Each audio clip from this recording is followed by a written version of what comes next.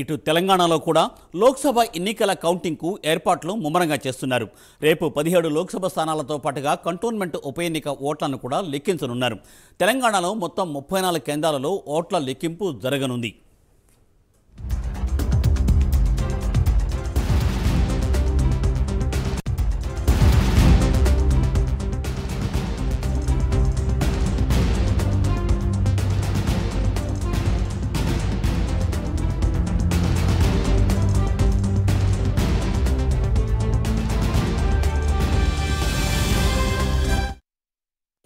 మొత్తం 1855 టేబుల్స్లో పార్లమెంటు ఓట్ల లెక్కింపు జరగనుంది.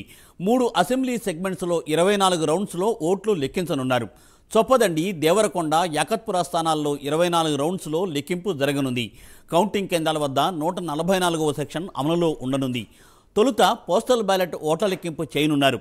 ప్రతి రౌండ్ ఓట్ల లెక్కింపు పూర్తయిన తర్వాత 3 దశలలో పరిశీలన చేయనున్నారు.